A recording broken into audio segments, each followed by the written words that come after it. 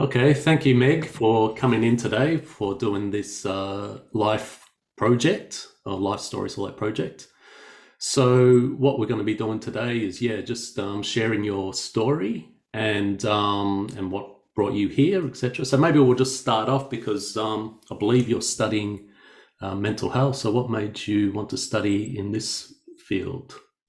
Um, Honestly, the first reason was it was part of the free TAFE scheme. But then secondly, I thought mental health in particular, because I've been through quite a few issues with it myself over the years, and family members have as well. So um, I thought it'd be a good idea to get some more knowledge in it at least, and then hopefully get a job in the field.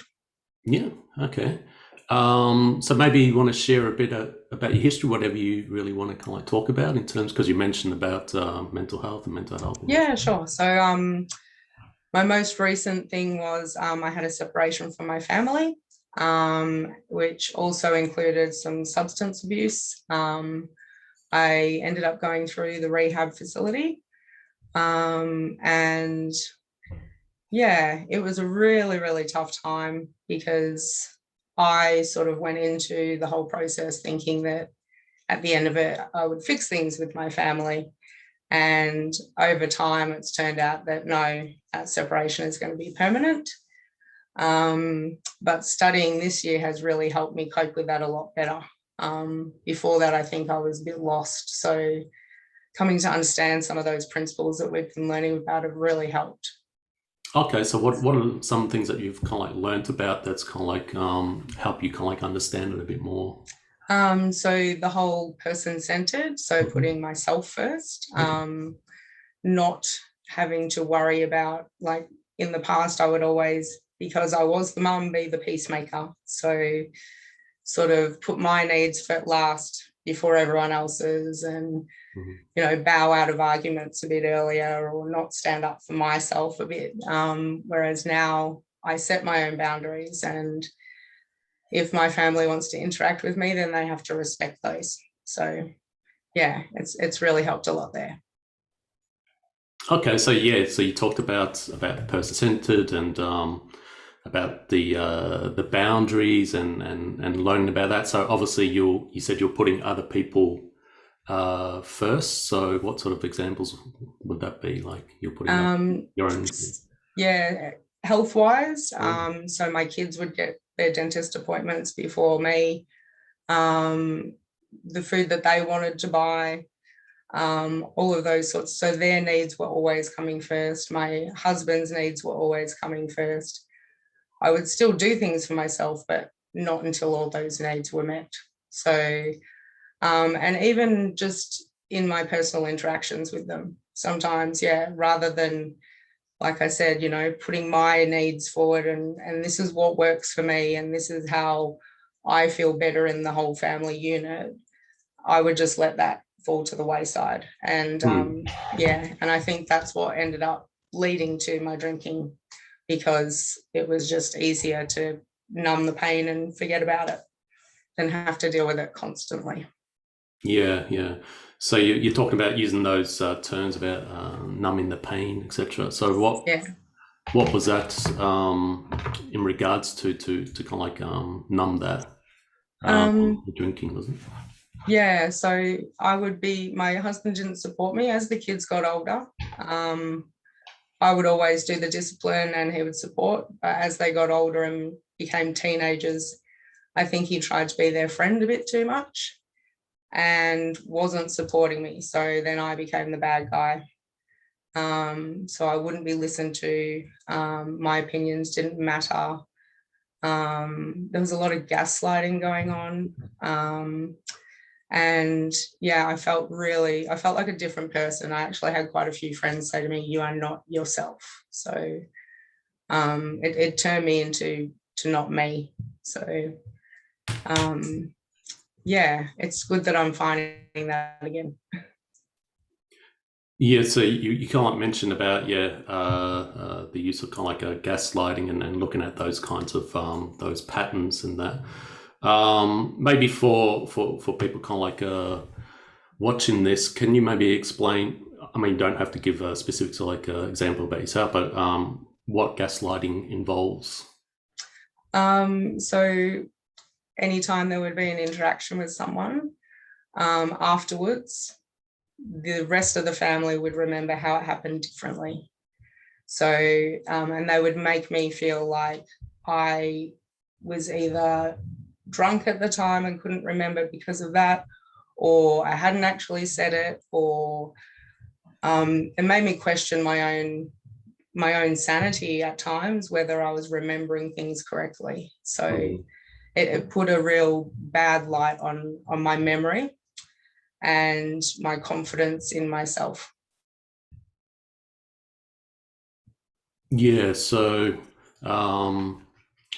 how, in relation to your drinking, when did that really like start, and how did that kind of like affect like your relationships? And I think you also mentioned your parents in that as well. So yeah.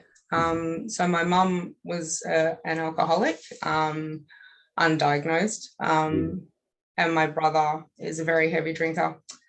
And so drinking had always been in my family. My dad had pubs when I was growing up as well, so it was always part of my family culture.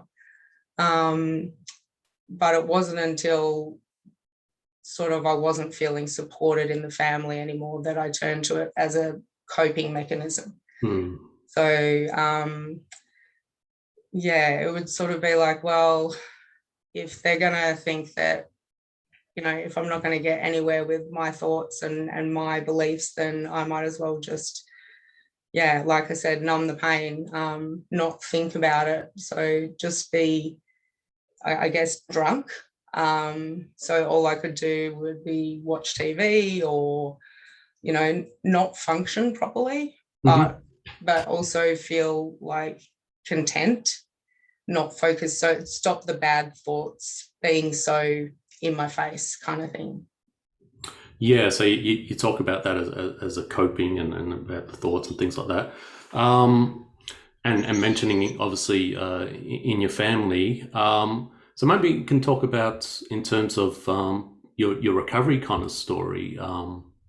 What made you kind of like decide to maybe stop drinking and focus on your recovery? It was my psychologist, actually. We went to her for marriage counselling, and after about 3 sessions, she actually said, you know, the main theme that I'm getting through this is that Adrian is worried about your drinking, so we need to address that first. And I actually had a private session with her one-on-one, and we talked about it, and she made me feel really okay about it. There was no shame, there was no judgment. It was all about helping me and making me better. And yeah, we're not about fixing you and Adrian at the moment. We need to fix you first. So I think that's where the whole focus on myself first came from. And then knowing that if I was going to continue going the way I was, then I would lose my family, definitely. So was that the first time you heard that for someone like saying to fix yourself first? Because you said before that you're putting others before you, right? Yeah, well, I'd heard it from my GP. Okay. But I'd always known my GP. Like I knew him for a long time before I met my husband. So I think that I felt that was more of a personal, you know, bias towards something like your family would always say, you know, put yourself first. But I think coming from a professional, it carried more weight. It's hard to take advice from your friends because they have to help you because they're your friends. And they want to help you because they're your friends. But professionals, you know, you're just paying them money. So yeah, she came across as very caring, not just clinical. So right, yeah. So compared from your doctor that you'd heard before, was he coming, or was it a she, or just was it more of a clinical sort of approach? So when you went to see your psychologist, yes, so she was more so like I guess human, I guess. making you sort of like realize that, but also being a professional at the same time. Yeah. Yeah. So how do you feel now about putting yourself first when you hear that? I do it a lot more often. Mm-hmm. There are still times where I fall back into old habits, especially when I'm talking to my kids or my ex. Yeah. But like I had a big fight with my daughter just the other day. And I just said to her, I'll be here when you're ready to talk. But for the moment, I have to remove myself and not talk for a while because I need to put my needs first. So, yeah. And then I went and had a big cry. But I have to do that now. Otherwise, I'll fall back into old habits and just wallow, and that doesn't help anybody, least of all myself. So yeah. And so where did you learn those coping select skills or to putting yourself like first? Was it from your psychologist, or was it also from your own like your own studying, etc.? Yeah, I think a mixture of both. So my psychologist talked about the house of emotions. So analysing each emotion, but putting it in a room and analysing it at a time when you've got the time to focus on each one properly. So yeah, if I feel anger and I know it's not going to get me anywhere, I put it away for a while and then I reassess it later. I've learned a lot more patience. I used to be very impulsive and react. Now I take the time to think about things a bit more. Okay. I've learned a lot of it through study this year as well. Just learning about the narrative therapy and those different types of and the questions and how to approach people and putting them at ease. And yeah, that's sort of helped me a lot too. And the study groups, I think, have been a big part of that too. So design, I have 2 or 3 different study groups, and each one has people in it that are suitable for each one. So not everyone's going to get along together in a big group. So but I have learned a lot of that through school this year. So thanks, Jason. Oh, no problem. So it's great. So you're creating study groups, and you're saying that I mean, that's quite natural as part of life, isn't it? That you don't always get along with like people, but as long as you're creating that kind of like support sort of structure where you can learn from each other is a great thing. Yeah. As well as you mentioned the studies and having the extra support, learning from psychologists, etc. So what are your plans now? What would you like to do? Like once you've kind of like finishing the course and you're probably getting an understanding more, particularly of mental health and AAD and your own personal sort of issues and story that you've kind of like gone through, where would you like to see yourself in the future after you've finished? I would like to get involved more with rural, so mental health in the rural communities. I grew up in Yea in the country, and I have friends out there still, and I have a friend that's just recently moved to Seymour. She said there's a big call for mental health workers out there. We had to do a webinar in class, and the one that I chose to do was about youth in rural communities and the statistics, and they're incredibly high compared to metropolitan. So it'd be good to get out there and start, maybe even implementing some programs that might be able to help. Great. So what kind of programs do you think you'd be so like interested in? Is it specifically youth or just in the rural area in general? I originally thought farmers and farmers' wives and things, but I think the whole community really, like especially looking into communities and how important they are. And rural communities are very close-knit because everybody knows everybody. So maybe some peer support groups and just ways that they can help each other in the meantime, and then I can just check on them every month or so, get some of those things started for them, so that, because I think at the moment there's not much like that out there. Yeah, maybe we can kind of like touch on that as well. What do you think is the real sort of like concern for the rural communities? Obviously the lack of slight services, but why is that? Is it just the distance, not the funding? What do you think is the real? Yeah, I think a lot of it is the funding. So, and also distance, like some of the bigger towns have those services, but some communities you have to travel, for 2 or 3 hours to get there. And like then you've got School of the Outback and programs like that which connect people, but that's not the same as face to face. And especially when you're dealing with mental health, like I've found a lot of my friends who have really struggled through COVID because there isn't that face to face with their psychologist, and they're not confident on teleconferencing or Zoom or any of those platforms. So yeah, lack of services, but also lack of activities.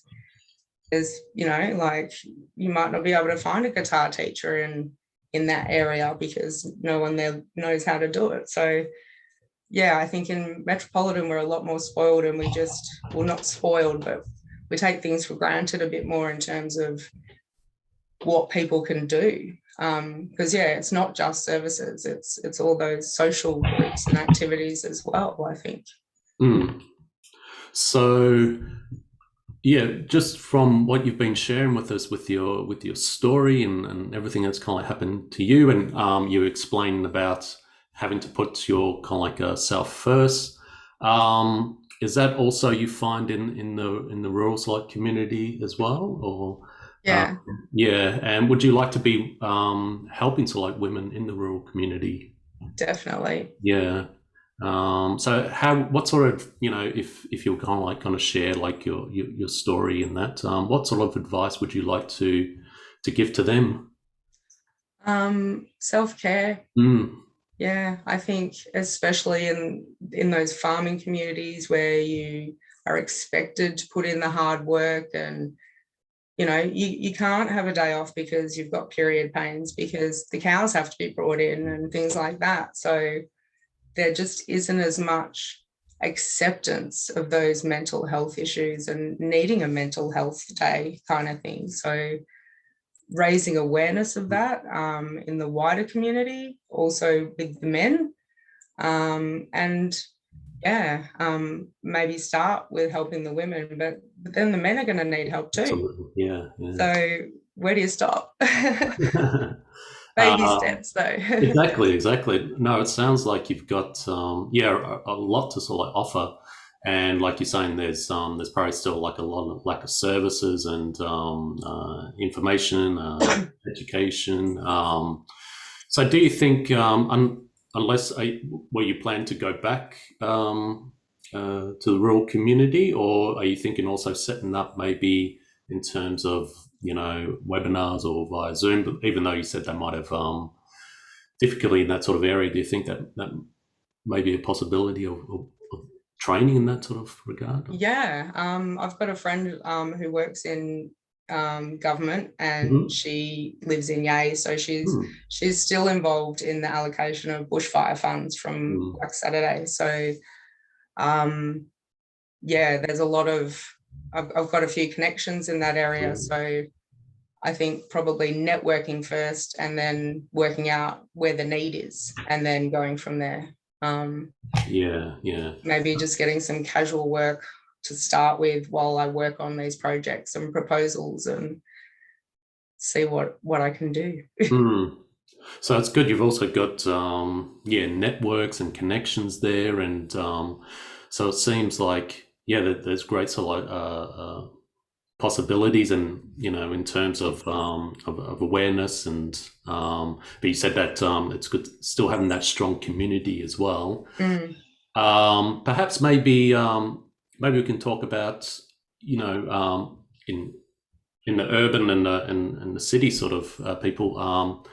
Do you think we kind of like tend to neglect the rural, or we just forget they're there, or what would you like also to teach people probably in the cities or in the suburbs about the mental health in rural areas? Yeah, I think again it's just taking things for granted, because they do, like, I can get a psychologist within 5 minutes drive of me. So just not being aware, so raising awareness with other people. So it's not just about having bushfire relief funds, that's great and everything, but we need to work on mental health long term and every day, not just when a disaster happens. So I think raising awareness a bit more. So maybe more information around those services. Yes, we have them in the city and we have great access to them, but maybe they could provide information about rural areas as well. Like we found in one of our projects with school that it's really hard to find crisis accommodation for people. Like just last minute, unless it's between business hours. So, like some people need crisis accommodation at midnight, not between 9 and 5. So there's big gaps in the service everywhere that need to be addressed, I think. But hopefully with the new funding and the new act, everything will change and for the better. So there's a lot of government sort of like changes and sort of like funding it, but where that kind of like goes. So that's I think that's where you're in a really great sort of like position is creating that sort of awareness, because people like me and others being in kind of like the urban and the city, like how you said, we probably only hear about when there's disasters. It's like, okay, we'll provide sort of like funding there, but like you're saying, every day it needs to be sort of like happening. So there needs to be that constant sort of like awareness, constant sort of like education, not once in a while.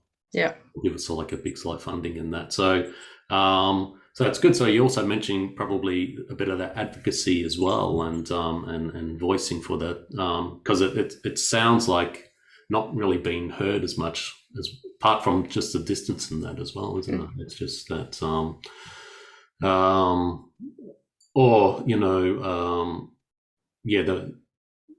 the mental health probably isn't that.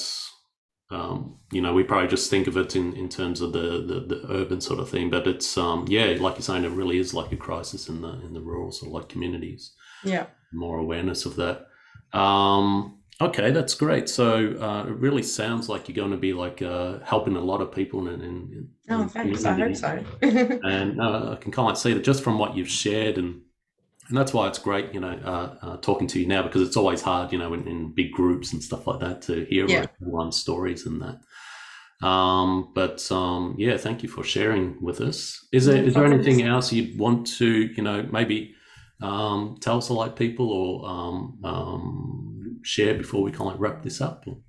I think, just the same thing everyone says, always just be kind. You never know what's going on behind the scenes with someone. And they may be just having a bad day. So just always think before you speak, and try and be less reactive. That's a big lesson I've learned. That's great. It's a hard one to learn, though. That's great. So obviously, so sharing your story and through your own experience, I hope that people learn to be kind and using those person-centered, and giving people a bit of space and more compassion is more so needed. Absolutely. Okay, thank you again, Meg, and thanks for sharing that. Okay, thank you.